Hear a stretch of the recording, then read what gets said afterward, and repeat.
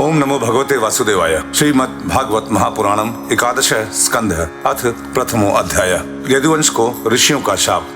श्री बादरायणी उवाच। सगमध निधा धागमधे निसा सगमध निधा धागमधे निसा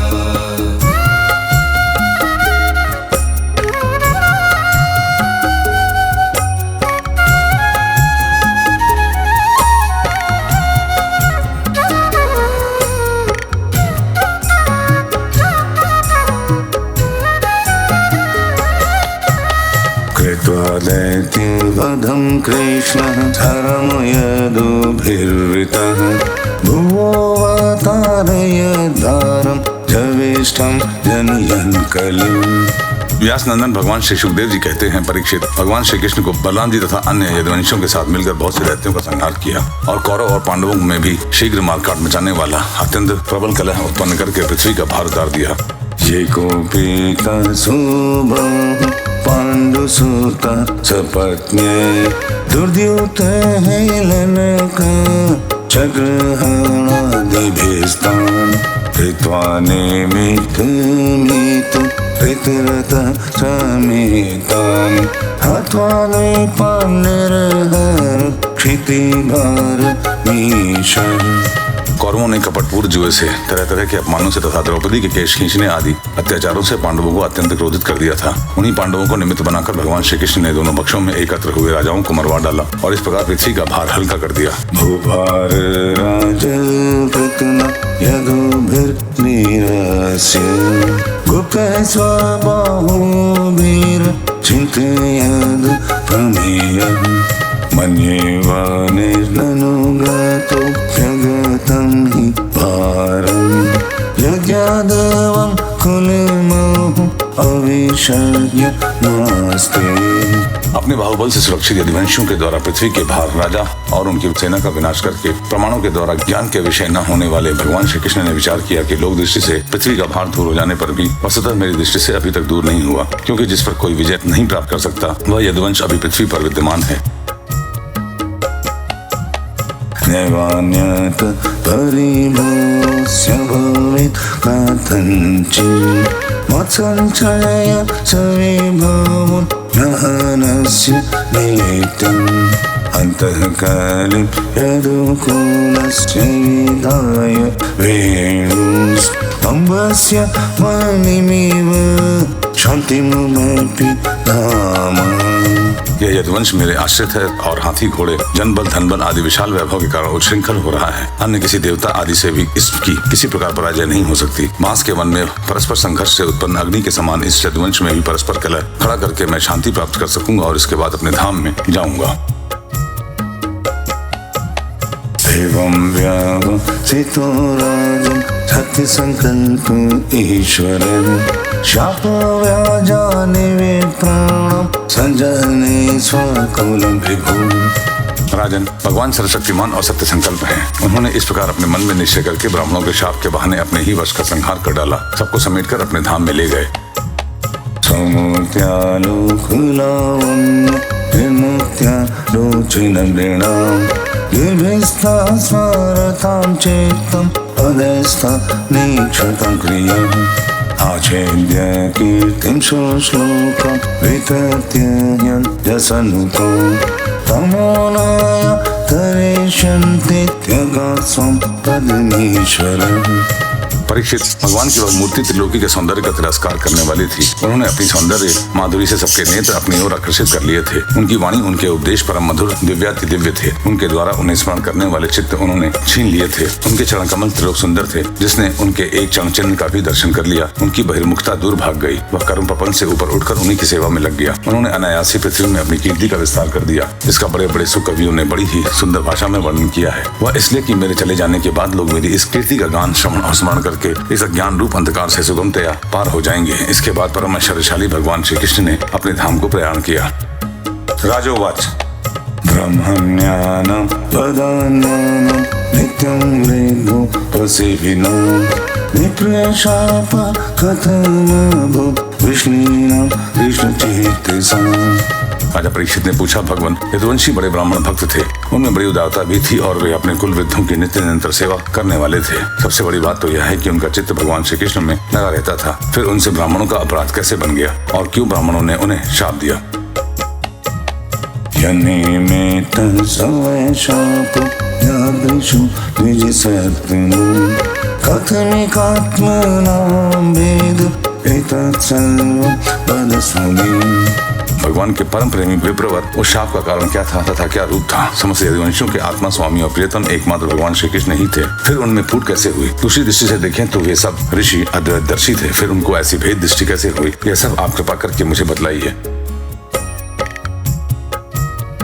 श्री शुकवाच बिभ्रत्वा पुंसकल सुंदर सन्निवेशम् कर्मचरन् भूमिषु मंगलमाप्त कामः आस्थाय धाम रमणा उदार कीर्ति संहर्तुमैक्षत कुलं स्थित कृतशेषम्।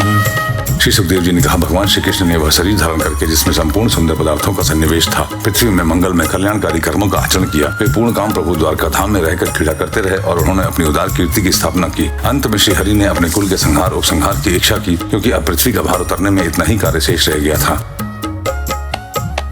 कर्मणि पुण्य हानिषु मंगलानि गाया जगत् कली मनपहराणि कृत्वा कालात्मना देव सतायदु देवगेः पिण्डारकं समगमन् मुनयोनि श्रेष्ठा विश्वामित्रोऽसितः कन्नो दुर्वासा त्रिगुरङ्गिरा कश्यपो देवोऽत्र वसिष्ठो नारदादयम्।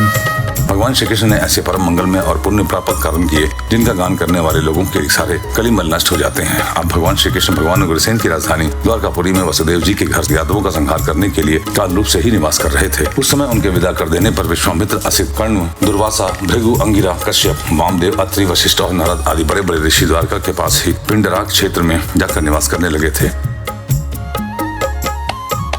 क्रीडन्तस्तानुपवज्य कुमारा यदुनन्दना उपसंगृह्य पप्रचुर विनीता विनीतवा। एक दिन यदुवंश के कुछ उद्दंड कुमार खेलते खेलते उनके पास जा निकले। उन्होंने बनावटी नम्रता से उनके चरणों में प्रणाम करके प्रश्न किया, देवेश ये वस्त्रेवेश संबंजाम्बवति सुतम् एष पृच्छति ओ विप्र अंतर्वत्य सितेक्षणा पृष्ठुं विलज्जति साक्षात् प्रभृता मुखदर्शिनः प्रसोष्यन्ते पुत्रकामा किंचित् सञ्जयिष्यति। विजामती नंदन सांब को श्री के वेश में सजाकर ले गए और कहने लगे, ब्राह्मणों, यह गजरारी आंखों वाली सुंदरी गर्भवती है। यह आपसे एक बात पूछना चाहती है, परंतु हम पूछने में सक जाती है। आप लोगों का ज्ञान अमोघ अबाध है, आप सर्वज्ञ हैं। इसे पुत्र की बड़ी लालसा है और अब इस प्रसव का समय निकट आ गया है। आप लोग बताइए, यह कन्या जनेगी या पुत्र? एवं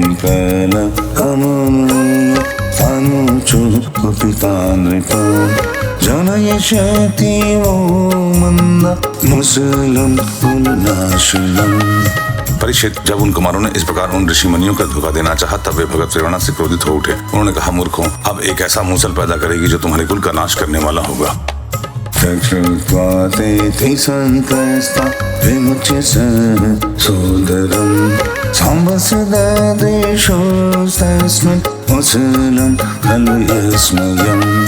मुनियों की आवाज सुनकर वे बालक बहुत ही डर गए। उन्होंने तुरंत सांब का पेट खोलकर देखा तो सचमुच में एक लोहे का मूसल मिला।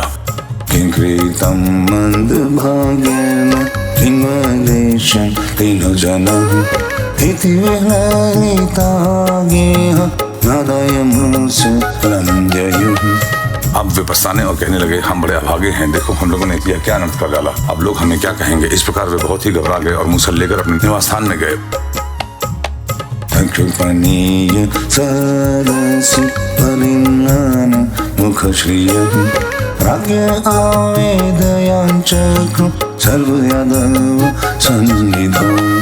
उस समय उनके चेहरे फीके पड़ गए थे, मुख कुमला गए थे। उन्होंने भारी सभा में सब यादवों के सामने ले जाकर वह मूसल रख दिया और राजा उग्रसेन से सारी घटना कह सुनाई। श्रुत्वा मुघं विप्रशापं दृष्ट्वा च मुसलं नृपं विस्मिताभय संत्रस्ता बभूवुर्द्वारकाग्रसन्। राजन, जब सब लोगों ने ब्राह्मणों के शाप की बात सुनी और अपनी आंखों से उस मुसल को देखा, तब सबके सब द्वारकावासी विस्मित और भयभीत हो गए, क्योंकि वे जानते थे कि ब्राह्मणों का शाप कभी झूठा नहीं होता। तच्चूर्णयित्वा मुसलं यदुराज स अहुकं समुद्रसलिले प्रास्यत् लोहं चास्य अशिशितम्। यदुराज उग्रसेन ने उस मुसल को चूरा चूरा करा डाला और उस चूरे और लोहे के बचे हुए छोटे टुकड़े को समुद्र में फेंकवा दिया। कशिन्मंस्तु कृसिल्लोहं चूर्णनितरलहस्ततं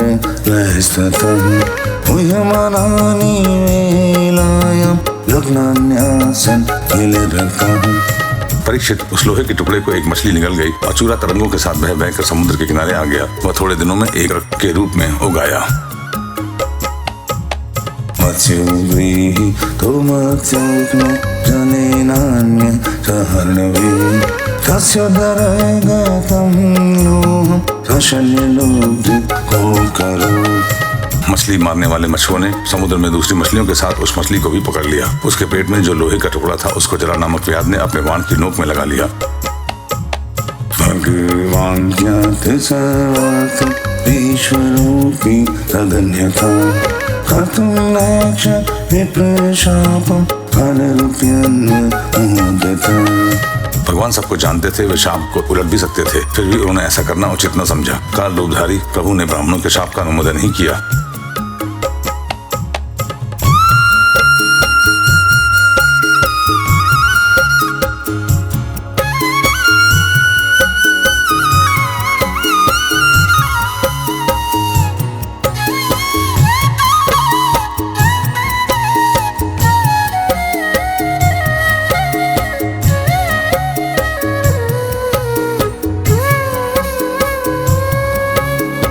इति श्रीमद्भागवते महापुराणे पारमहंस्यां संहितायां एकादश स्कन्धे प्रथमो अध्यायः।